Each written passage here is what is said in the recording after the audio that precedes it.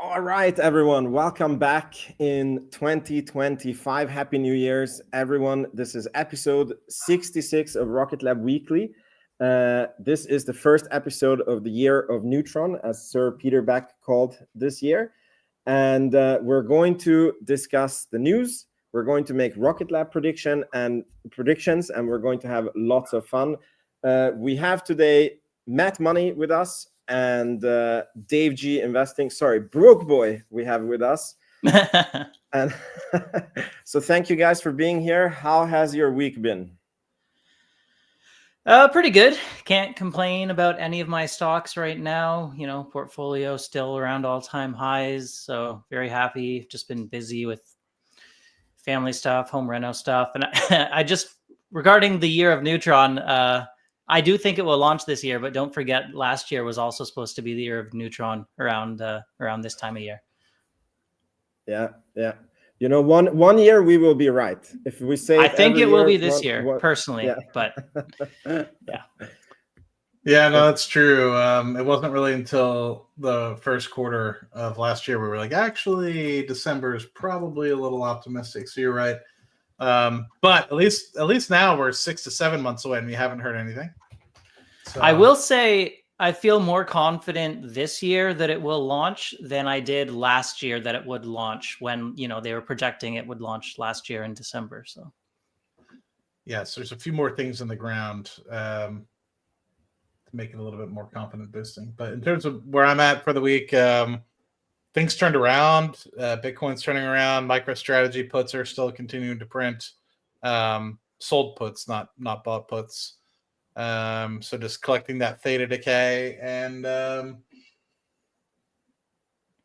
sold. I guess I'm trying to think. Should I sell? Yeah, I think I can say this. I sold Alibaba, and I used some of that money to put into Google and Amazon. Had Alibaba for quite some time. I was like, you know what? In terms of rate of return, what am I actually expecting? I'm like, well, maybe I'm expecting a double to come back in Alibaba. Sorry, I'm getting messages out the ass. And instead, I was like, let me get me more confident companies. And then obviously Amazon, Google, those are pretty confident companies that'll double here. So it made sense to just take my loss in the short term and then use that to buy into companies with a lot more certainty. Yeah, I looked at Alibaba once, but never felt confident enough in it. I will have to decide fairly soon, though, and what I'm thinking about right now with my portfolio. I know, it's Rocket Lab Weekly, but so yeah, I've said previously, like I'm going to be buying a house probably in the next 4 months. So I'm going to have to sell stocks and just trying to figure out like, what do I sell? What do I hold? How's the tax implications come into play there and all that stuff. So yeah. I got a very interesting, very advanced option strategy from someone that just hear me out.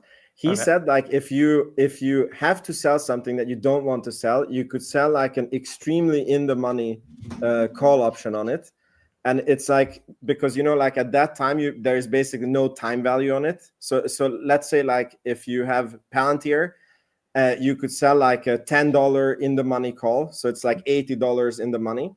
Okay. And then if the stock goes up, it's like nothing, like you can delay your taxes and you basically sold at the price. And then if the stock goes down, then you like win on not having sold at that time, Yeah. And I was have to think about that a bit more. Yeah. Usually with options, I just try to keep it simple. I find that's the best way to go for me. I know there's all sorts of these advanced strategies out there, Iron Condor or something, Butterfly, all this. I'm just like, I'll buy some calls, sell some puts. It's generally worked out well for me. Yeah. It's funny. I had a subscriber visit me from the Netherlands, and his dad was like a hedge fund manager, and he was also like working as an analyst in the hedge fund, and he was the one who was like, you know what you can do with the taxes? You can do like this with the options, and it's like it's super clever, mind blowing, Yeah. So yeah, but anyway, so I said it to you, and you do with it whatever you want. I'll have to look into that further. Yeah. Cool. So let's start with the Rocket Lab news of the week. Let me see. So this is how 2024 ended. So we had a record number of Electron Haze launches. major progress on Neutron, including Archimedes hot fires, no engine blow up. The LC-3 is taking shape, spacecraft built for Mars missions and Earth re-entry missions, constellations in development for government and commercial customers. Here's to an even bigger 2025. So not to spoil the part that is coming later, but what do you guys think is coming in? Like, okay, I'm going to ask the questions that I didn't ask in the prediction one. So how do you think the space systems part is going to do next year? And what major spacecrafts and satellite constellations milestones are we going to hit in 2025? Yeah, I mean, space systems, I think, is always just steady and solid. So I expect some, pretty decent growth this year. In terms of specific numbers, I don't know. I have to look at like how much revenue they recognize. I think on the SDA deal would probably be the biggest mover. But, I'd expect some pretty modest growth. We'll see some MDA satellites get delivered and some progress starting on the SDA satellites, maybe some new contracts. I know they're working on expanding the solar business, and looking forward to any new announcements along the way. All right. Mr. Matt, Mr. Broke Boy. Specifically around how I think fiscal year 24 is going to round out. Is that what the question was? Yeah, but yeah. Like what do you predict space systems is going to do? Like 20%, 30%, 40%? And if there's any like major completions, like we're going to complete the SDA or the Venus. Well, definitely not SDA. Yeah, exactly. Definitely not. The Venus one, maybe? Let me think. Whoops. Mm-hmm. Let me do some quick mathematics. I was thinking like more 20 to 30% growth maybe is more reasonable. In terms of total growth of we're coming off of a monster growth year, don't forget. So yeah, sometimes after you have a big year, it takes a little bit to get to that next step up in growth. Yeah, so I'm thinking space systems are going to come in at about 300 million, 290 to 310. I'd have to double check it. This is just kind of like quick off the noggin numbers, and I haven't put too much due diligence into it. So in terms of where it'll go next year, I wouldn't be surprised if it goes to 400, 450, which would be a 40 to 50% increase, honestly. I think there's just a lot of revenue to be realized still with respect to Global Star, but like you said, it's hard to kind of gauge. I know Scott's a lot better about that stuff than I am, and you probably as well, Dave. With respect to launch cadence, obviously, I think we'll probably see us cross the 20 launches, with a caveat to see. The thing that I am starting to recognize is how quickly some of these HASTE launches are turning around. And so that could almost, the fact that you're going suborbital might actually be an amplifier in terms of how many launches you get off. But it kind of scratches my head. I mean, I'm not trying to be a bear here. The thing that I kind of scratch my head about is right now we're kind of counting these HASTE launches as almost like full-on Electron launches. And I know it's an Electron base. So in terms of launch, yes, you are getting the same kind of rocket off. But in terms of going to orbit, it's kind of like how Blue Origin claims that they have a reusable rocket when it's like they don't actually get to orbit, right? So it's kind of like, do you actually count those as HASTE launches versus not HASTE launches, or sorry, Electron launches? And do you not count HASTE launches? As do you kind of have them as a separate? Granted, we're not talking about 50-50. We're talking about 3 launches out of over 50. So it's not like it's a large problem. But I guess my question is, when we talk about getting 100, the fastest to 100 launches. Anyway, I'm going years down the road, but in a tangent. But I see 20 to 30% Electron launch cadence, inclusive of HASTE next year, and then 40 to 50% for space systems. I'll just address that quick comment you made about HASTE. And my thought is that if they get paid for it, it's a launch. So, that's all that really matters at the end of the day. I see some charts out there showing Electron orbital launches, and then you're like, oh, wait a second, HASTE isn't in there because it wasn't orbital, but still Electron flying just because they don't go as high, and instead they kind of turn it.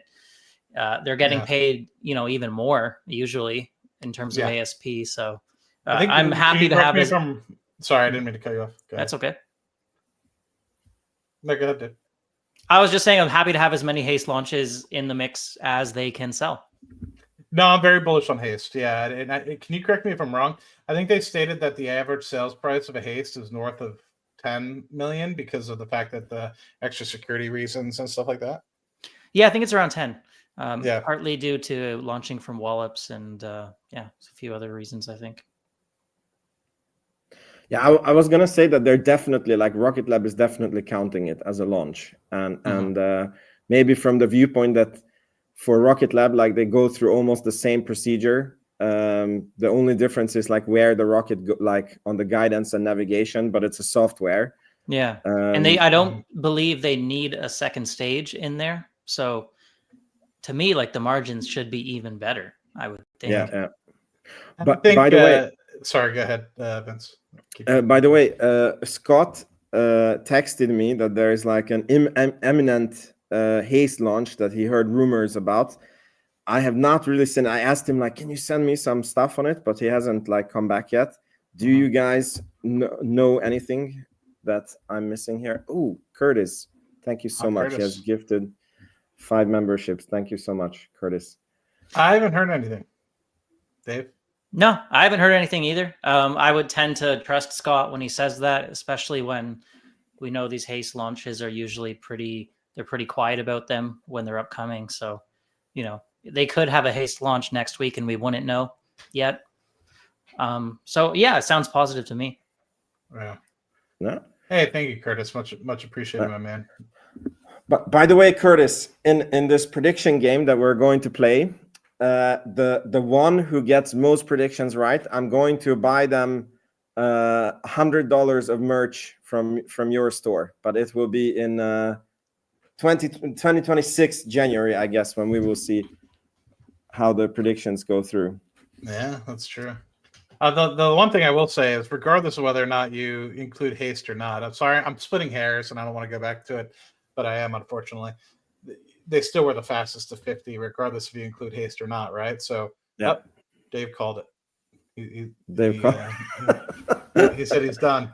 And then I guess my question really is, it's almost like a moot point if you're comparing. It's like comparing SpaceX to Rocket Lab. Even it's like they're so far ahead. It's the same thing with Rocket Lab and comparing it to like Astra or anything else, right? They're so far ahead that it's like it doesn't necessarily matter if you split or keep them together, because nobody's really close enough to be in third or fourth that it's mattering if you're counting it or not, right? So yeah. All right, so we move on to the next one. This one, sometimes Rocket Lab catches me by surprise, when they tweet like, oh, by the way, we made this for the James Webb telescope. And I'm like, what? You did that too? And then this was also similar, that there was a major achievement this week. The NASA's Parker Solar Probe made history, and when it basically touched the sun. And Rocket Lab is the one who manufactured the first of its kind water-cooled solar panels to help them from overheating in the sun. So freaking Rocket Lab has sent something that touched the sun and worked perfectly. Needless to say, this is one of the most important things on the space probe, because without electricity, it would not be able to survive. What do you guys think about this achievement? This is more like branding. It has no financial meaning to Rocket Lab, but still.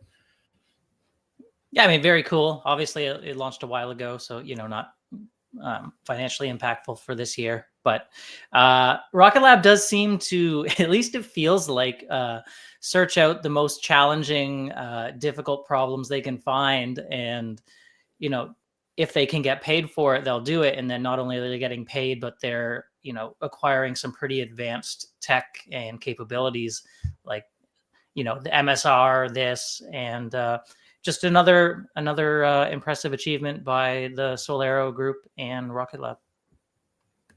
Huh? Yeah, ditto. What do you think, Vince? Yeah, as I said, I keep getting surprised. I'm not tracking like all the things that they're on, and then like I saw that they were on the James Webb Telescope, and I was like, what? That is amazing. And then this was because I'm a space nerd, right? And then like I followed the like I watched a lot of videos like the insane engineering of the Parker probe and how it works and everything, and then like to see that Rocket Lab made such an important part about it, it filled me with full of pride. But I'm like, okay, this is hopefully good for future missions, as I'm sure that they were paid for this long ago.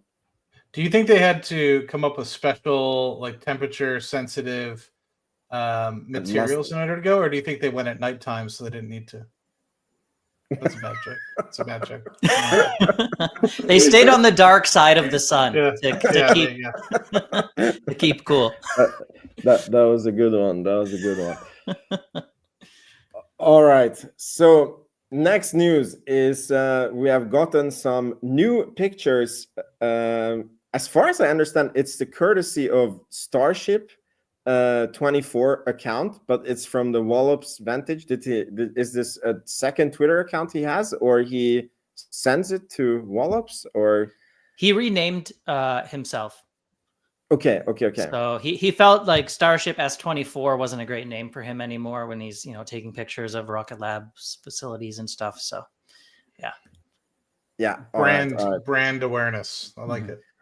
Brand awareness. Okay, so it's like we shouldn't call him Starship 24. So what was his name? Wallops Vant 24. Yeah, I mean, I don't see super much new in these pictures, except that the water pipes are still not connected in this launch pad. I don't know what they're waiting on to connect them. And is this like a second water tower that NASA is building, or they're renovating an old one? Do you guys see anything? That was already there. Yeah, they're just repainting because it has this building.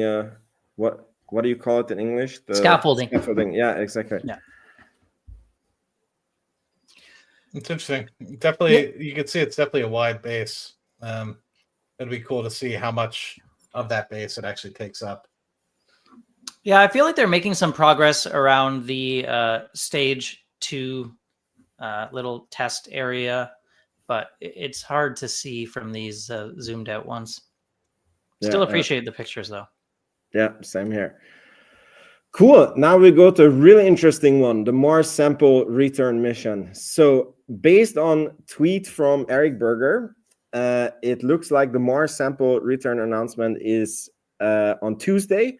And Bill Nelson says that it will not put the next administration in a box. And he expressed, yeah, that doesn't matter.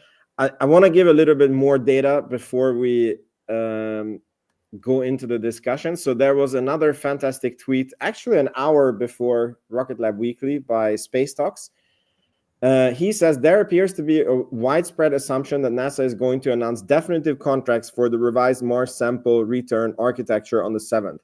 However, the studies conducted were to propose ways to improve the previous architecture or present new ones, like leveraging the Artemis program. There has been no public bidding for new contracts, which couldn't have happened in so little time anyway. Bill Nelson's comment, MSR announcement Tuesday will not put next administration in a box, pretty much reaffirms this, as awarding full mission contracts is putting NASA in a box. What's expected on the 7th is setting a direction in terms of architecture and probably a schedule for upcoming contracts and or further higher level study contracts. So I think this makes a lot of sense. My understanding before was that a contract announcement would be made, but obviously that's not how the government works. Like you have to bid for these contracts. So the only thing that they can announce is maybe that we really liked Rocket Lab's idea of how to handle this, or this company's idea of how to handle this. So based on that idea, we want to open up for bids. What do you guys think about this news? What are the chances that we're getting this? And do you think this is true or not, and what is your opinion? Yeah, I'd say that's mostly correct. It's not going to be like a contract announcement, but we should get an idea of direction. Obviously, if they say they like the idea of this upgraded sky crane, then it doesn't seem like there'd be a lot of space for Rocket Lab in there. Or, if they talk about using Starship, then likewise. So I don't know. We should get some idea of, whose studies they liked, and maybe they'll pick and choose pieces of each, as Peter said. But hopefully, if there's a direction where, maybe eventually down the line, Rocket Lab could get a piece of it, whether that's like the, ascent vehicle from the surface or something. But yeah, I'm gonna watch for sure. Looking forward to it. It definitely will be interesting. There's a lot more companies that bid than I was expecting. Some small companies that are, to me, I haven't seen before. So maybe it's just my ignorance and lack of due diligence. But some of the typical folks. Blue Origin was involved. A few others that put bids forward, and all of them have very different methodologies, right? So SpaceX thought process was, hey, we're already going to Mars. So how do we figure out a way to bring it back with us, right? Versus you have the Rocket Lab sort of methodology, which is trying to figure out how to get the samples back without having human direct input in bringing it back, right? So then you have people kind of somewhere in between which are using like satellites as checkpoints to be able to propel some of this stuff back. So it's very interesting. Some of the proposals actually really cool. I'm not sure if you found it or not. If I take a look, I should have saved it actually. It was actually really cool document that showed everybody's bid and what exactly they were doing. Lots of different timelines too, right? Like Lockheed still is like the 2040 time frame. Rocket Lab hopes to be kind of doing it in the 2028 time frame. SpaceX was hoping to do it in different time frames. So very interesting to see everybody in their proposals. Do you guys think that if they choose a proposal, like let's say that they say Lockheed Martin is the one that we like the best, like do you think that foreshadows that they are also going to win the delivery contract, or it's still it's just, how do you call it, like an idea that, okay, this is the direction we're going and now we want bids from everyone to bid on this? Yeah, I mean, I think it would certainly help whoever's idea they think, has the most merit and they go for. Like, obviously Blue's idea involves a New Glenn launch and Rocket Labs involves 2 Neutron launches. So also, I think they would have the most expertise with their method, whereas someone else probably has more expertise on the style of recovery they want to do. But I think anyone could still bid for, whatever they decide the architecture should look like eventually when there's like RFPs and stuff. Yeah. I think it's going to be comparable to what is going on with Artemis, where you have multiple different contractors, right? So not one person got the Artemis contract. It was a conglomerate of, Firefly, SpaceX, Blue Origin, etc. It's all design these lunar landers that are eventually going to be going on to the moon and kind of progressing forward. And I might have misspoke a contractor here or there, so give me some rope. But I anticipate it might be one of the same, right? You might have multiple, people that end up winning contracts or having to eventually come up with proposals together. Like, oh, we liked what you said with X, we liked what you said with Y. Collaborate and come up with a way to make it even cheaper, right? I don't think there's a one size fits all or a unanimous winner. I think it's going to be a case where there's going to be multiple winners and it's not going to be clean cut. It's going to be a long path to be from where we are today to getting the contracts done. So I hope I'm proven wrong. As a shareholder of Rocket Lab, I hope they say, you know what, Rocket Lab, the superior bid. All of it goes to you, but just based off of how a lot of these NASA things work out, I'm sure it'll be cut up into multiple pieces. All right, I'm sure we're going to be discussing this next week, so we're going to know a lot more by that. Maybe then you can bring like what was the different proposals to see like what they, yeah. Yeah, there is a page out there which is like a paragraph or two abstract of each proposal. So they don't go into that much depth, but something to reference. Yeah, we find it for next week. I got a super chat here that I want to answer. Thank you so much, Military Mike. Happy New Year. Appreciate all you guys do for us. Vince, have the cover calls led you to be less excited about the stock price and even secretly hoping for a big drop? To be honest, it's for me as a content creator, I really struggle. I noticed it also on Palantir. Like, I do really well when the stock that I'm covering is very, very undervalued, because then I feel like anybody that I bring I direct their attention to the stock, like they make an unbelievable deal. And like when Rocket Lab was very, very low, I was like telling my family, tweeting about it, like everything. Now when the stock is recognized, or I know that Rocket Lab is very much in the beginning, but I get like a sense of, my content is maybe not as valuable anymore, because now Rocket Lab is like I believe is fairly valued, and maybe a little bit more than fairly valued. My cover calls, I don't think they make me less excited about the stock. And hoping for a big drop, yes, I am, but that's also, I think anyone who's a long-term investor and wants to grow their position more in Rocket Lab is also hoping for a big drop. I don't know what you guys think, or do you guys hope for a big drop in Rocket Lab? I think any company you believe in extremely strongly, you always love to see those buying opportunities. So it's weird to say, but yeah, I guess I wouldn't even hate a short-term drop. Obviously, you like to see it go up over the long term. Like, when a lot of us were sitting in the 3s and 4s for like 3 years, that got a little much. But yeah, those buying opportunities are nice. Yeah. Cool. For me, yeah, the buying opportunities are there. I'd be willing to take it. I think a lot of people are really for losing the forest to the trees a little bit. We talk about this quite frequently. What's the difference between $25 and $28? What's the difference between $21, $25? If you want to buy the stock and you think it's going to go to $100 or even $200 a share, let's just say, for example, you say we're 10 years behind, 15 years behind SpaceX, and eventually we're going to get to that $350 billion market cap that they're at. The equivalent without dilution, right? So give me some rope, and the magnitude will be about the same. It'll be about $700 a share. Does it really matter if you bought at 25 versus 23 versus 28, or does it matter that you bought the damn stock? And so I guess it really just depends. I'm not going to sit here and say we're going to $350 billion market cap, but if you think we're at $14 billion today and you think we're going to 50, does it matter if you buy it at $11 billion, $12 billion market cap? Or is the matter that you are in the stock between now and getting to 50?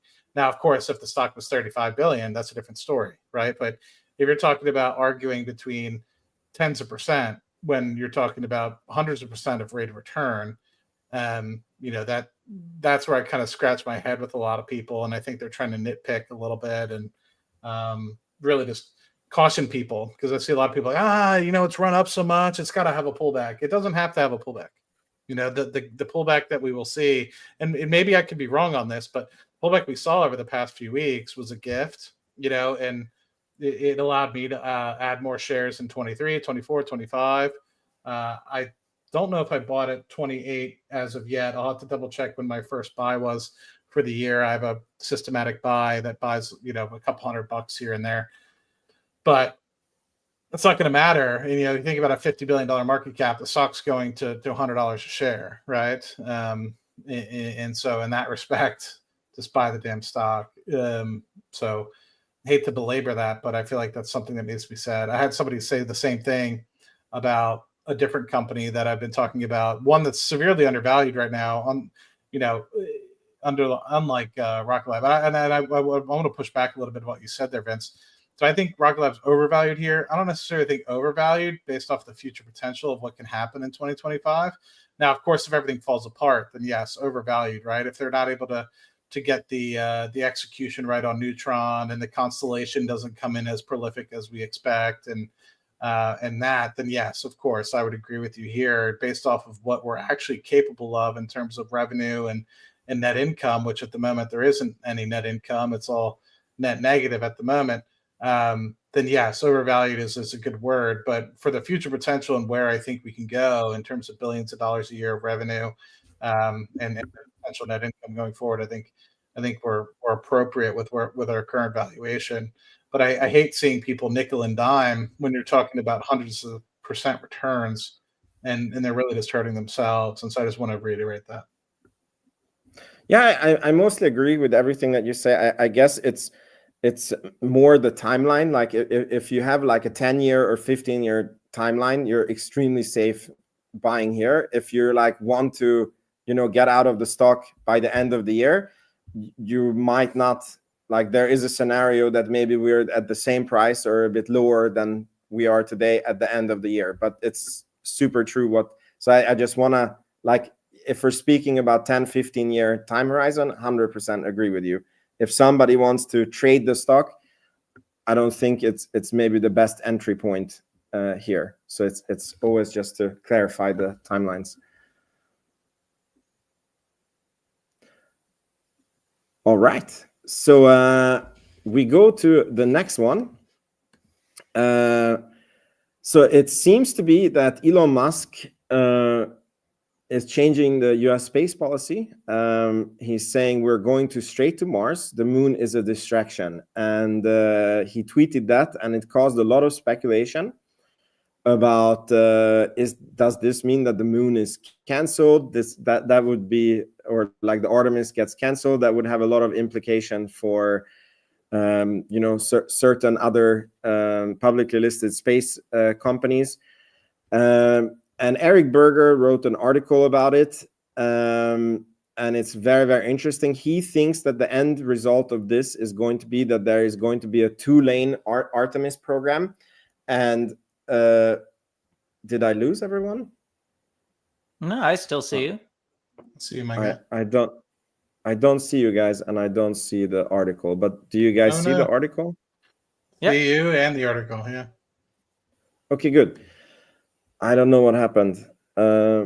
It's all black for me, but then I keep talking. So he says that it's going to be a 2-lane approach. Now you guys are back. And so that there's going to be a lane that goes directly to Mars with NASA funding, and then there's going to be a lane that goes to the moon, because there's a lot of international competition for the moon. NASA has a lot of cooperation already with the European Space Agency, the Japanese Space Agency, and they have invested resources into the return of the moon. China is trying to establish a base in the moon, and basically not going to the moon would be like sacrificing all that to other competitors. But we also want to get to Mars. So my question is, from a Rocket Lab viewpoint, how do you think the Artemis changes, and is this good or bad for Rocket Lab? Yeah, it was an interesting story here, right? Because obviously they're getting a lot of money from NASA to build the human lander, and that's based on Starship. But I think ultimately he's very pragmatic, and he'll take NASA's money if they're willing to pay him to go to the moon. He just doesn't think it should be the priority. So I guess it depends on how much influence he has at the policy level. If the moon is the priority, I think SpaceX will continue to throw their hat in the ring and happily get paid and put that money towards developing Starship. Yeah, and I don't see them, backing away from that. I think if China gets a moon base before the US, people will not be happy. And, same with, stepping back on the moon, which looks more and more likely. But maybe there's space for like more Rocket Lab and Intuitive Machines to pick up some contracts if their focus long-term is a little bit more on Mars. But I do think he does probably convince Trump and Jared somewhere high level to, somehow push more towards Mars while not giving up on the moon. And I like the moon, by the way. I think it's pretty cool. I'd like to have a base there. Well, let's try to do both. Yeah. Sir Broke Boy. I'm not too certain on my answer on this one. Basically, the question is around the changing the Artemis program, and yeah, I don't necessarily know if I have a good answer for this one. Yeah, I'll skip. Sorry. No. I think it's also interesting, just like the larger trend of Musk kind of sharing his opinion where most CEOs wouldn't, and whether that is good for SpaceX or could sometimes have cause issues to backfire on them. But I think what's crazy is I'm used to like seeing crazy tweets from Musk, right? But what I'm not used to is like I don't want to say like the co-president of the United States, but he's like very high, like that his tweets, it's like you have to take them a lot more seriously, because before he's like, oh, the moon is a distraction. It's like, yeah, whatever. He's like saying that the SpaceX, and we all know he wants to go to Mars. But now when he's saying it, it's like, okay, are we like canceling Artemis? Like, is it like going to hurt like half the, like what happens with Lunar Stock and all the other companies that have, and this, that would just be devastating to Lunar. Oh my God. Yeah. And I'm like, I'm not used to this yet, that like, or that he's, he's going into like UK elections now and like publicly endorsing, and his word has like 1,000 times more weight than it did before, so it's interesting. Yeah, I mean, this tweet 5 years ago certainly wouldn't get this much attention. Yeah. All right, so and now we go to another thing, which is this next week is going to be a banger of a week. Looks like Starship 7 is launching on the 10th. They have tweeted all the iterations, a long list of all the things that they're changing on this new Starship. It's crazy impressive, like how much they're changing the vehicle design. As far as I understand, the flaps were completely redesigned and placed in another part of the rocket to protect it more from the heating and still retain all the controls.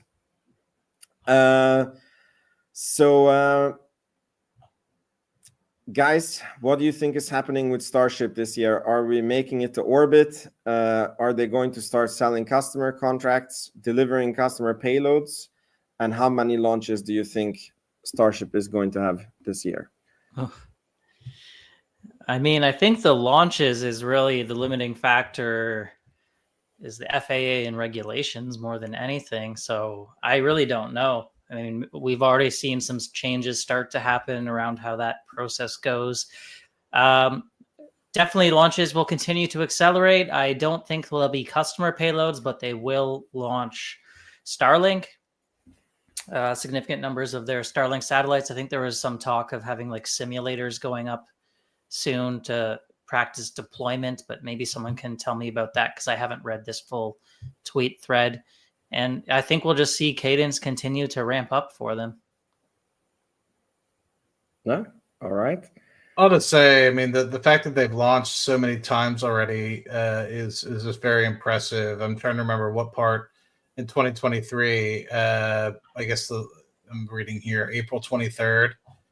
So hard to believe that it's already been that long. But also the fact that they've launched 6 times and are about to get ready for a 7th means that they're on phenomenal cadence. And congrats to that team, and as well as the iterations that they're putting out. I think there was a really good, I don't remember if it was Everyday Astronaut or who was actually able to tour Starbase with Elon several months back, but they talked about how each one of the new Starships will contain small things that will test other risks and variances associated with the launch, and to make it more efficient over the long term. And so I hope that this is something that Rocket Lab is able to employ in the future. Obviously, we don't have the financial means that say a SpaceX has at the moment, based off the fact that they have so much revenue coming in through Starlink and obviously the valuations that continue to kind of increase the value of the company. But my hope is that we can do something similar where you're testing out so many different variances, and I wouldn't be surprised if we kind of do this with Neutron on its own. Like, obviously we know the first Neutron launch will be fully funded by Rocket Lab itself, and I wouldn't be surprised if there's another launch either within 2025 this year or next year that is self-funded as well. Because my thought process is it's almost worth it to, instead of waiting for other customers to come out of the woodwork, it's almost worth it to spend the extra $20-30 million. Granted, yes, you might sell the Neutron for 50, 55, 60, but if you're self-funding it, it might only cost $20 to $30 million to put on the pad. And if that's the case, then it might be worthwhile funding 2 or 3 or 4 of your own to demonstrate the capability, the landing capability, the reusability of the rocket, and that would have potentially more customers feeling more comfortable, and it might allow more sales to come faster. So it's like almost like an investment in yourself. So instead of waiting for people to show up, you demonstrate that reusability. Now, of course, we've seen that there's a customer that's willing to sign up for 2 opportunities at the moment, but who's to say that if you were to spend an extra $50 to $100 million, which we have, that you couldn't gain more confidence and get billions of dollars of contracts underneath your backlog. So anyway, not sure if that answers your question or not, but pretty cool to see overall. Sorry, I danced around a bunch of different things, but no problem. It was an interesting take. Cool. And then, so not only are we going to have a Starship test flight this week, we're going to have Blue Origin's New Glenn, which was just postponed, I think also like a few hours before Rocket Lab Weekly, to the 8th of January from Cape Canaveral. They are going to launch Blue Ring, which, as far as I understand, I did some research, so their Blue Ring is similar to the Photon spacecraft that you can attach other satellites that you build onto it, and apparently it's like Blue Origin's own design, and it's really good on changing between orbits and has some really cool capabilities. But Blue Origin is not like super transparent about what exactly it can do, so they're going to test that on the first launch. Now, this one, how much do you guys think that Rocket Lab is going to be affected by all this competition coming online? And do you guys think that this is competition for Rocket Lab, New Glenn? In some sense, I guess it's competition. I think both will compete for NSSL Lane 1 contracts eventually. I think New Glenn's already in Lane 2. But the size is very different, so there should hopefully be a few different use cases. And I think really New Glenn's manifest seems extremely packed to me already. So we've heard Peter say like the first rocket is not as hard as the 50th in terms of ramping things up and getting things under production, as opposed to like an exquisite first one. I'm not super worried about it. They've got Kuiper to launch. They've got NASA missions to launch. They want to launch their own stuff. They need to launch Escapade. I think was it Telesat? They've got several other contracts, really a lot. So I think there's enough demand for everyone right now. Yeah. I agree. I think that the thing that's interesting to me is the 65 to $70 million price tag. So the fact that it does have much more lift capability than a Falcon 9, and also then obviously the Neutron, I would say it is a larger price tag, but at the same time, is it worth it? So I think that it's going to be nice to have a plethora of different entry points, right? You'll have Rocket Lab's Neutron, which is going to be the $55-60 million range and can lift, let's say, 13,000 kilograms of payload on a fully reusable basis. And then you'll have the Falcon 9, which is a little bit more so than that. And then you'll have obviously the Blue Origin New Glenn, which will be more than that. So I think it allows you to kind of see, not everyone's going to be wanting to pay for twice the payload capacity. I mean, obviously, if you need to lift it, then more than 13,000 kilograms, which is a lot, then you'll go with the New Glenn. But not everyone that needs to launch less than 13,000 kilograms will be willing to go to a $60 some million, $70 million vehicle if they can use Neutron. So, I think it goes back to who can get it down. I'd also be curious to see how quickly they test the potential reusability of New Glenn, or if New Glenn, because I know they do have a reusability factor to New Glenn as well. I haven't heard whether or not they're going to try to test that comparable to what they did with Starship, comparable to what Neutron is going to do potentially on the first launch as well. So I'm curious to see how that goes. Yep. Yeah. Any of you guys are live streaming any of the launches?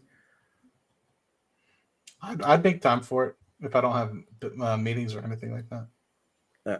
Probably not. I don't know, unless I work 9 to 5 basically, so it'd have to be, if it happens to happen in the evening, maybe. I was actually thinking about live streaming the MSR update, but yeah, I think that's 1 p.m. so can't do that either. All right. Yeah, for me, it's also depending on when it is, and I'm not sure that Blue Origin is going to have a live. They're not so transparent, or not so. I don't know. They're holding their heads down and just going ahead with the launch, as far as I understand. But maybe it changes. They've been improving on that front, especially with the new CEO. But yeah, that's kind of their reputation. Yeah. All right, so we covered everything. Now we come to a segment that I'm quite excited about. Let me see how I can do this so that you guys don't see the future questions. Maybe I cannot avoid that you guys are going to see this. So when Scott comes on, maybe next week, I will also get his predictions on this. And then in the beginning of 2026, we're going to go over, see who got the most right, and I will gift you guys $100 worth of merch from Curtis's Rocket Lab merch store.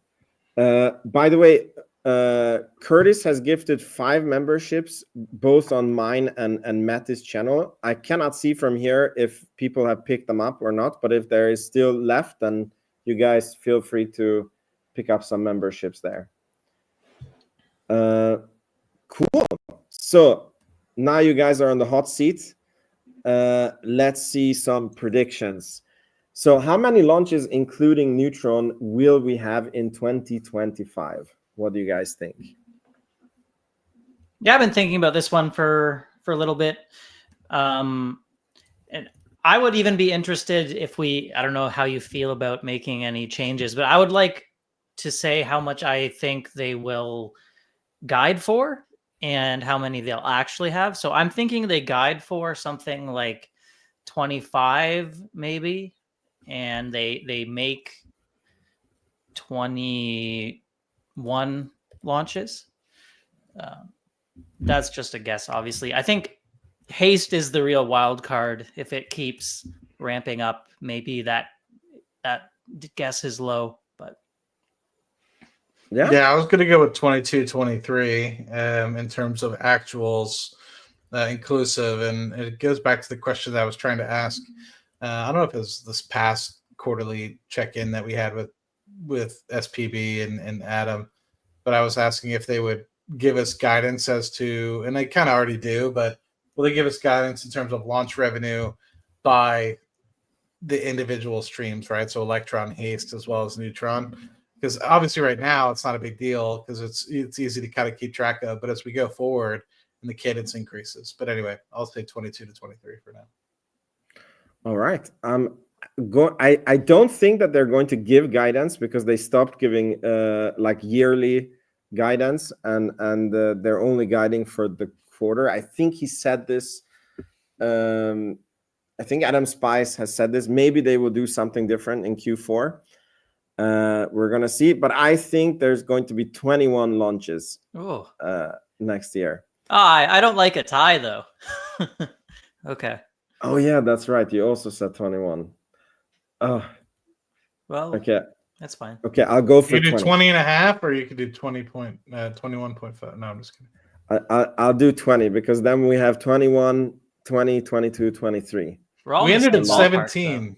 Yeah, we're on the same ballpark. We ended at 17, yeah? Yeah. Or was it 16?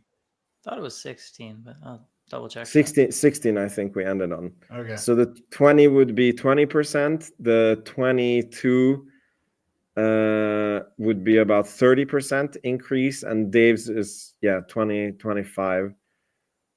Yeah. Ish. So we see. All right. So we go to the next question. Which month of the year does Neutron launch in? So we're all thinking 2025, but are we thinking June, July, August, September, May? I am Something gets me gonna fired up about say July, personally. this is a tough one. Yeah. Personally, I'm thinking October, November. Maybe some people will be Ooh. disappointed in that, but Hot I'm gonna go with take, October. David. Hot All take. right. There's well, you can just say October for me. I think taking 2 months is probably not fair. So, What any particular reason, or you would hold that for a video, or? no, I just think they're kind of right now looking for, maybe July, but I think there's always delays with these first launches, Always. so Yeah. it's reasonable to add several months to that. It's so awesome. The audience is also playing this game. So I Nice. see August, June, July, August. Yeah, November. Curtis thinks August, July 20th. That's very specific. I'm gonna go more bullish than Dave. I don't know if I'm gonna go as bullish as Rocket Lab because I think they still have it as June, if I'm correct. I'm gonna go July, and I think the reason being is I agree there will be delays, but I'm saying delay from June to July because inevitably there's something wind or one final tweak they need to make. But I think that we're making more progress than I think we give credit to. I think really the only remaining item that I see that I haven't seen as of yet is a fully integrated neutron vessel that needs to be static fired, right? And I think once you do the static fire, which we just saw the first static fire for New Glenn, you're kind of ready to go. So we kind of have all the tanks and everything certified from what I've seen. They might have formally announced it. Maybe there's some pictures behind the scenes, but you have the stage 1 tank, the stage 2 tanks. You have all these different tanks that have now been kind of pressure tested, temperature tested, etc. The only thing I haven't seen is like a 3 or 4 minute hot fire test, which doesn't necessarily mean they need to do. And I don't know what the certification route is. I've seen the 40-second one, and I'm not sure. So if anybody knows, correct me. I don't know if you need to certify a test with, or at least do a test if it's normal procedure before you do a rocket launch of 3 to 4 minutes, because obviously that's what's going to take to get to orbit. But they've tested some of the fairings as well on a previous Electron launch. So it seems like they've got a lot of things. I think the only thing I haven't seen is an updated kind of timeline that they have and they share within their investor presentation deck as to like all the different steps that need to happen. But I'm cautiously optimistic that when they share that in the fiscal year 24 earnings report, there's going to be a lot of things that are green and maybe 1 or 2 things, maybe 2 or 3 things rather, that still need to go into orange, and that would probably be the fully integrated static test, and then obviously the wet rehearsal and then the launch. All right. I am going to go with August, actually. I was in between August and July, but since Matt took July, so I'm going to take August. So we don't. I guess I'm the bearish one here. And I think, keep in mind that I think it's going to be very painful to watch because we're going to have a fully, as Matt said, a fully assembled Electron on the pad. And I think it's going to stay there for a few months while they do a lot of tests. And Peter Beck, when Electron was first launching, he was saying that we are like ULA and we like cancel launch for anything. And I think that they're going to be very careful with this one also. So I'm fully expecting that they're going to say launch on this date and then it's like, oh no, scrub, like we had this sensor, okay, 3 days later, and then oh no, scrub, okay, 5 days later. So I think the first one is going to be very painful. That's what scares me about going to Wallops to Yeah. try and watch the launch. Same. Like I really want to see it Same. in person, but Yeah. I'm worried if I book like a few days off work, it'll be high winds, some sensor will cause some issue, and then I'll just have to go back and miss it anyway. But I don't know. I have a question for you guys about this. So it seems like the Falcon 9 cadence is really up there at this point. Like we're talking almost 100 times per annum at this point. So maybe not that extreme, but it's definitely getting up there. My question to you guys is, do you think it's easier to neglect weather concerns and conditions because it's a heavier vessel and has more power? Or do you think because it's like Electron, it seems to scrub, is that because we just have a little bit more, I don't want to say more concern for safety. I very feel like they have a very good safety culture at SpaceX as well, but they have more of like a cowboyish, like we'll figure it out sort of mentality, and we've been here before sort of mentality. So they might not necessarily take weather as much of a concern at SpaceX. Or do you think it's because the fact that they have a medium launch vehicle and they can kind of ignore some of that comparatively to say the Electron, which is a smaller vehicle, could be more susceptible to crosswinds, etc. Must be something to it, because the weight difference between the two is like what is it, like 100x, and theoretically, like it's true, like the Electron is such a light rocket that it can be blown away in the wind. And another viewpoint also is Peter Beck said that Rocket Lab engineers everything to be very light, and then the engine doesn't have to have so much thrust. And Neutron is also an extremely light rocket, and the engine is going to have a very low thrust, whereas SpaceX engineers for steel structure, heavy rocket, and extreme performance from the engines. And obviously, if you're heavy, the wind doesn't affect you as much. And if Neutron is extremely light, it might be way more wind sensitive than the Falcon 9. Yeah. But now we're armchair engineering. Yeah, I'll just add, it's also pretty funny if you've read any of Eric Berger's books. Elon just sometimes is just like, we're just going to do it. Like there's a few situations where, he's in the control room and his top guys are telling him like, there's a 25% chance something's going to go wrong. We should probably stand down. And he's like, okay, let's go. And they just launched it. But I don't think Peter Beck would be that way.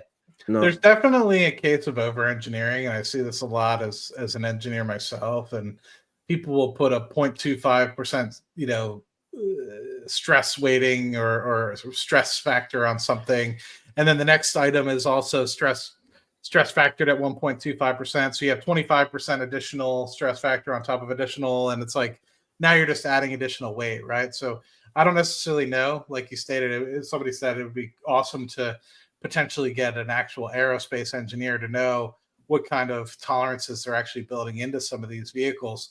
But I know in the oil industry, we're just putting holes in the ground, right? So a lot of times it's pretty easy to just add a bunch of different safety factors, but all that adds up. It's extra material, it's extra cost. So anyway, just some food for thought.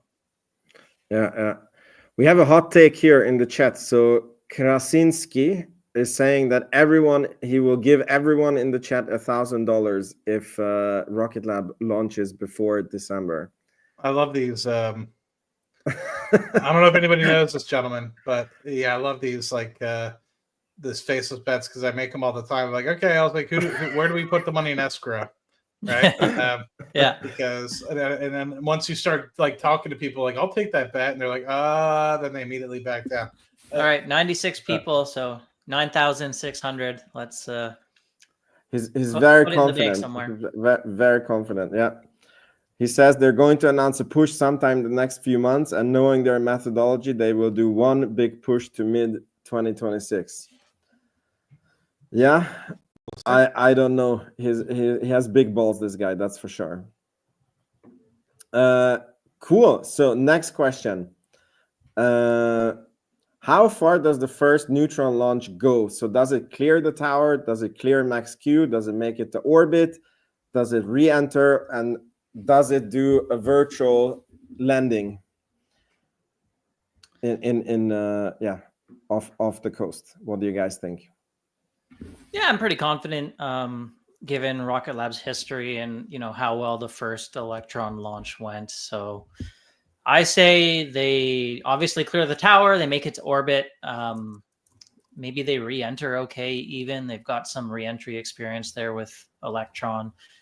Maybe they have some trouble with the hover landing in the ocean, and maybe there's an issue there. But I think they clear all those other hurdles. Okay, so I put you as re-entry. Yes, they successfully re-enter. Yeah. All right. Sir Matt? I would say successfully re-enter. I would consider... Sorry, can I ask a clarification question, Dave? When you say re-enter, do you mean like a successful splashdown, or do you mean that they re-enter fine, but they hit the water going a trillion miles an hour? That's what I mean. I think they re-enter the atmosphere okay, but they maybe have some issue with their practice landing on the water. Yeah, 0 out of 10 practice landing. Okay. I'm going to go bullish, man. I think that they're going to have a successful splashdown. All right. I'll put semi-successful. Don't put successful, but semi-successful. It might not be as fast as Dave might think, but so how would you define semi-successful? That it's like successful, but they want to do it again? Comparable to what I guess, right in parentheses on the side of that, comparable to Starship 2. Yeah, I feel like in this scenario, if it stays in one piece, then maybe that means Matt it was correct. So where it kind of hovers and then it falls over, or it at least slows down enough. Yeah, like one piece, right? It's not screaming and like does a belly flop because it's uncontrollable. And I think that's where you're kind of saying, Dave. Yeah, or like belly flops almost, like no control, or it just comes in too fast. Yeah, and yeah. I'm gonna be Vince is bullish here. So I think that they're gonna do a successful splashdown, and then like for me, the successful splashdown is that the next launch is going to be on a barge. Like they're going to try to land it on the ship. Oh yeah. I wonder, it's a question that hasn't really been asked, by the way, is like, when are they going to get working on this barge? Because they would have to, I don't know if they'd have to lease it and kind of retrofit it or how they do it. I think that's what SpaceX did originally. So, or if they just buy a vehicle outright. Yeah. But haven't seen anything on that yet. Yeah, we can ask them in our next interview. So does Escapade launch in 2025? I'm going to say no. 2026. 26. All right. Do you know what the payload is for the New Glenn this week? A blue ring. It's there. It's like the Photon for Rocket Lab, like their own designed. Okay. Yeah, I think they missed the window, unfortunately. Yeah. Okay. So the next one: do we get approved and onboarded for the NSSL? Yes. Yes. Okay, this one is pretty easy. All of us are just yes.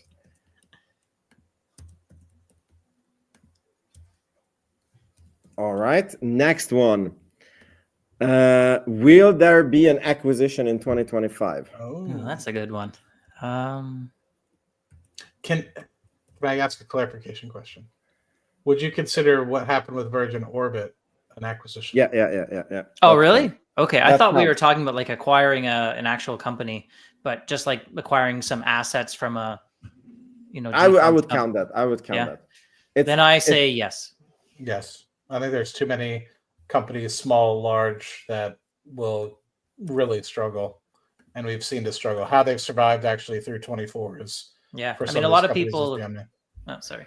A lot of people are talking about Mynaric lately. Their stocks had all sorts of trouble. They're a key supplier for the SDA constellation, or it could be something else. You never know. There's a lot of companies out there. Agreed. I'm gonna go with no. on this one, because I think that the prices are very high, and I think that they're going to wait a bit more for different opportunities. But we see. All right, here's a cool question. How many interviews will we do with Sir Peter Beck and Adam Spice? I'll go with 3. Maybe we get 3 in. Be quite good. I think we had 3 this year, right? Yeah. So Yeah, that's true. But we had okay, like we had 3, but since we started, it was like every quarter. Yeah, that's true. So I guess I'll just be bearish and say maybe there's a scheduling issue for one of them. All right. I think I'm doubling down on that one, Dave. I think that because there's going to be likely a scheduling issue because we almost just had one, and then I also think that they're going to be super busy with Neutron in one of them, whether it's pre-launch, post-launch, etc. So I'm saying 2. 2. Okay. Yeah. I'm going to say 4. I want to call Peter up every day, but I don't. Strategically, they didn't give me his number, so Yeah, that was very probably strategic. for the best. Because I'd be like, hey, I'd text him in the morning, like, hey Pete, have a good luck at work today. Like, have a good day be today. Like, block, like, he'd immediately block me. Cool. I just want to thank Craig8989 for £5. He says this is like 2,000 Zimbabwe dollars. I guess maybe you're from Zimbabwe, but yeah, thank you so much for the super chat. Yeah, I did visit Zimbabwe on a vacation once, and yeah, you get bills that like the bill says like 20,000 whatever. The numbers are just crazy high from like inflation running away. Yeah, I was in Turkey, and one scoop of ice cream was like 2 million of their currency. Yeah. It's crazy. It's like you buy a piece of candy, and it's it's like in the millions. So yeah, I mean, I think that we're going to get after every quarter because I think they set aside time to speak with the people they want to speak to, and I think it has somehow worked for them that we do their interviews. I mean, since we interview them. I mean, I'm not saying it's because of us, but the stock price has been like going to the moon. So maybe they think it was like working for them. All right, and we got 50 Norwegian krona. Guys, I think it's mostly retail or institutions driving the stock price lately. Oh, I'm always so conflicted on this one because, like I hear, for example, on Tesla that retail is selling and then Tesla is up like 7%. And I'm like, there ain't no way retail has that much money to move Tesla stock.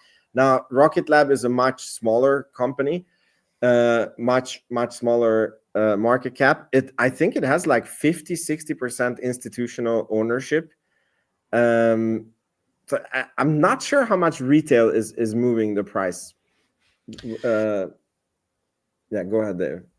Yeah, I mean, I did see some big institution buys, like articles mentioning them recently. So I thought it would be higher, like you said, like retail would be higher, but I do think retail definitely plays a role. But and I don't think you necessarily want 100% retail ownership either, just in case you get some crazy volatility and stuff. You want at least some show of confidence from those big institutions and companies, but I'd say it's a mix. Yeah, I think how retail maybe influences the stock price is that a lot of us are like hoarding the stock, and then like we buy and then like we're not selling at any price. So even if the stock is like going to 20, so if there is like a large institution, there is like very few sellers, and that's also might be why the price is moving up so much, because we are just we love buying the stock. We're not really good at selling the stock. Definitely remove some shares from the float. Yeah. All right, cool. We go back to the questions. So this is the last one. So oh man, this is now you guys are really on the hot seat. So what will the Rocket Lab stock price be at the end of 2025? Man, I feel like this could be anywhere. Like this is tough. This is a tough one. I know. I had the same idea. Okay. I'm I gonna haven't try really 610. sat down to think about this at any length. So definitely don't. You can give it next week if you want. No, to no, think about it. I'll throw out a number, but don't. Nobody in chat or watching put any weight on this number at all. I say successful neutron launch. We're at $30.57. That's a very interesting one. Yeah, Matt. I'm gonna go $45.22. Wow. Matt is the bullish one. Well, I said Okay. 15 by the end of 2025, and I that was my article in February 2024, and I was wrong. Well, I guess I'm not yet wrong yet because I guess we haven't got to the end of 2025, but that was my previous prediction. So 45 would make it a $22.5 billion company. So. All right, so I'm going to give a little bit of reasoning. So I have a very tough time predicting the like what the market is going to do, because I feel that there's three scenarios that can happen. One, the market goes up. One, the market stays the same. One, the market goes down. Okay, like jokes aside, I feel that there was super over optimism about Trump, and a lot of things have run a lot, and I think maybe we ran a bit too much. And I think that people are not taking into account that if this government department, so this Doge, is really going to take effect, it could be that the first year of the Trump presidency, we actually get a hit, which gets like undone, in year 2, 3, and 4.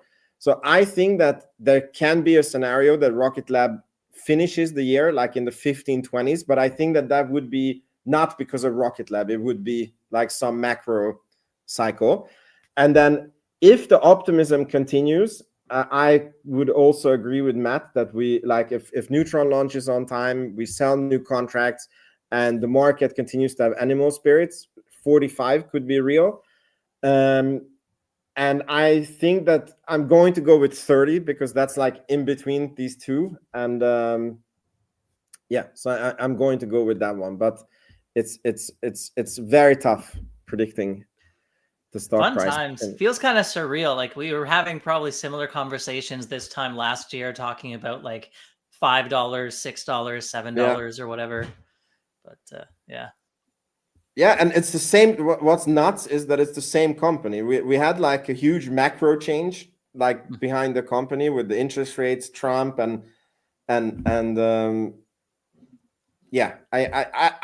very surprised that the stock ran up this much. I don't know about you guys.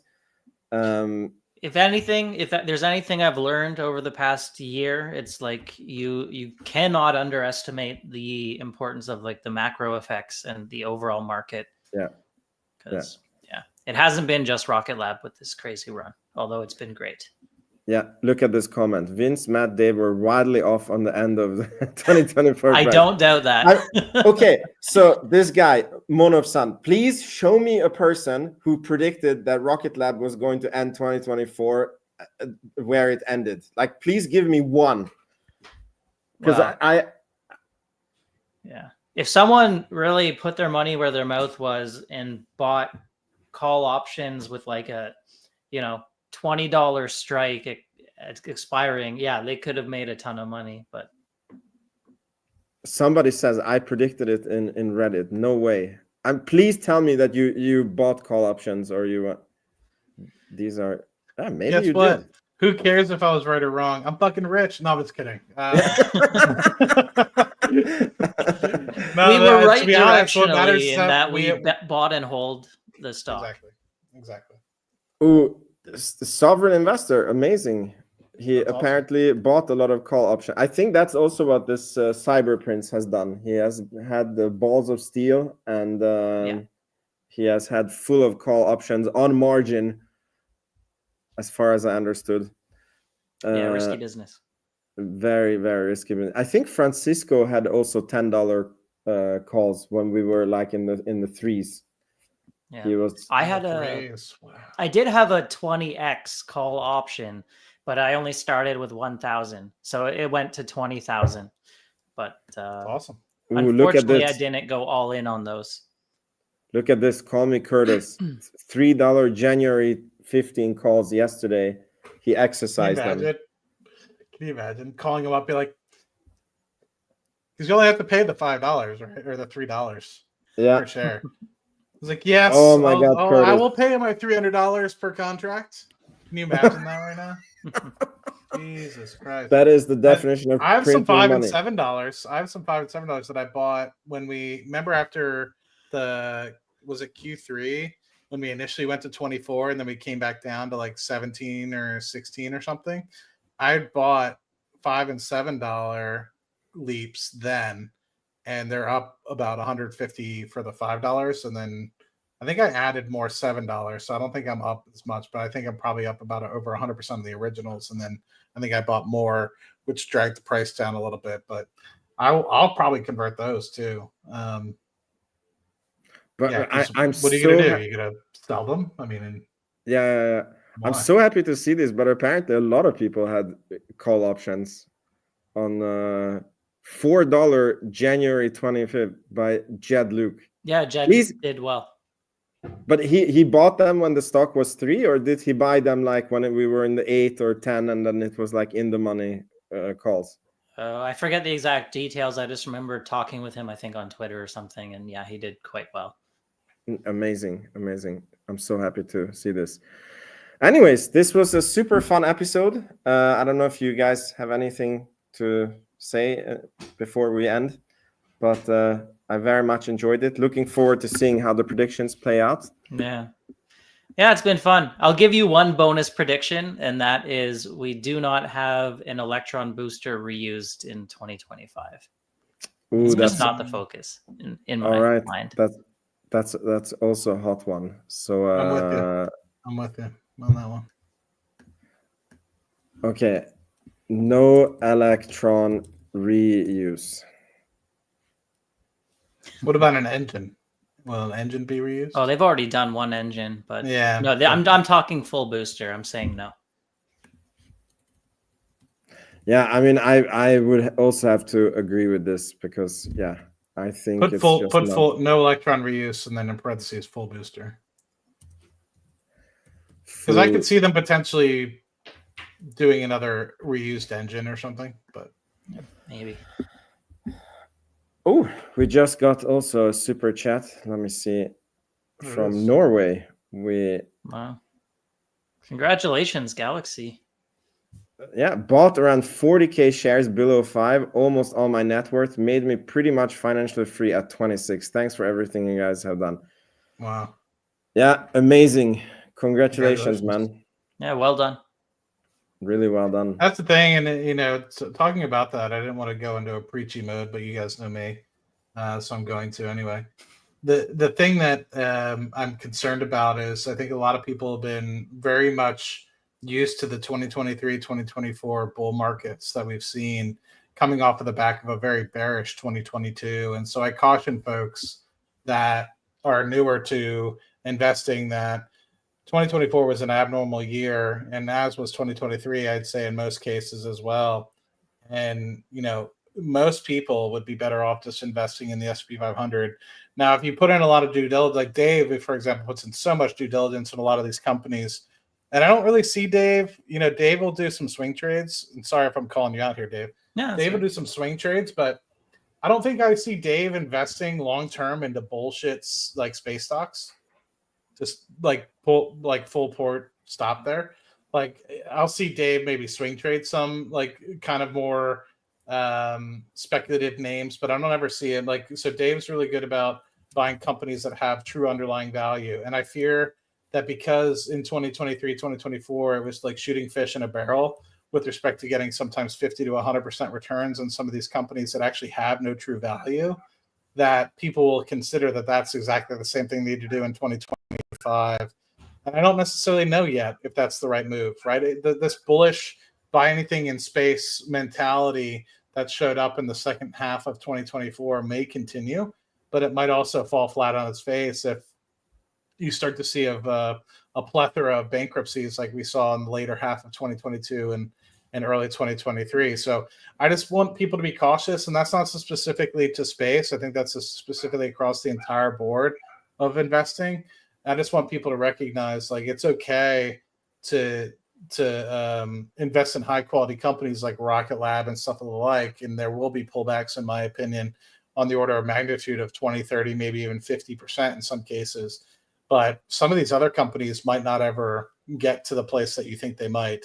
And so just be cautious that if you make a little bit of profit and you don't necessarily feel comfortable with the position, it's okay to take profit and or just trim them, right? Like, I just see a lot of people going into companies that will change their MO. They're Bitcoin companies today. They're massive space companies tomorrow. I'm not going to call out any names. And I know a lot of people in the chat that made some money on some of these stocks. But companies that switch their MO without a drop, within a drop of a hat, and don't necessarily like have a long-term vision, they just kind of go with whatever is on the agenda or what's in the hot topic for the week, whether it's AI or quantum computing, etc. Those companies are literally just looking for exit liquidity, and most of the time they're not actually truly adding any value. Somehow they went public off of some previous agenda that they had, and they're waiting to find somebody that's going to be stuck holding the bag of shit. And so I just don't want that to happen to anybody. Always during times like this where the market's gone up so brilliantly and you've left with, say, life-changing returns that we've seen some of these people make, just be cautious that a lot of things have gone up into the right direction. And it's okay to consolidate positions into things that you actually want to hold for the next 5 to 10 years. And granted, this is coming from somebody that's more of a long-term investor, but generally speaking, when there's bull markets, you tend to accumulate a lot of different companies for no reason at all. And it's an appropriate time now, before the market turns the opposite direction, to potentially cut some of those off. Sorry. I think it's. I'm very happy that you said this, because that's also my worry, that people have gone so much gains that everybody thinks they're like genius investors. I saw this meme when somebody is like, "Oh, my stocks are 200%," and then it says like it's the bull market. Like the mirror says it's the bull market, and the guy's like, "No, I'm the genius," and and I feel that like. We had in 2022, we had bad times. And then, in 2023, 2024, we had insanely good times. And remember, it ebbs and flows, and there's going to come bad times. And please make sure that if you have had life-changing wins, your job is now to keep it and not give it back to the market, and really be on the safer side, and not go all in until we have the next bear market, because I would love to say that, like picking Palantir and Rocket Lab was my genius and your guys' genius, but it had a lot to do with macro change, because these two companies they did improve, but they are basically just following the thesis that we thought that they would do, And pendulum swings, right? It was super hated for both. And now it's hip to, so eventually, even if you come back to the middle, that just means retracement in general, right? So yeah. Cool, guys. Very enjoyed today's episode. Happy New Year to everyone. Thank you so much for being here, and exciting week coming up. See you next week on Rocket Lab Weekly. Thanks for inviting me. Always a good time. Yeah, thanks for coming.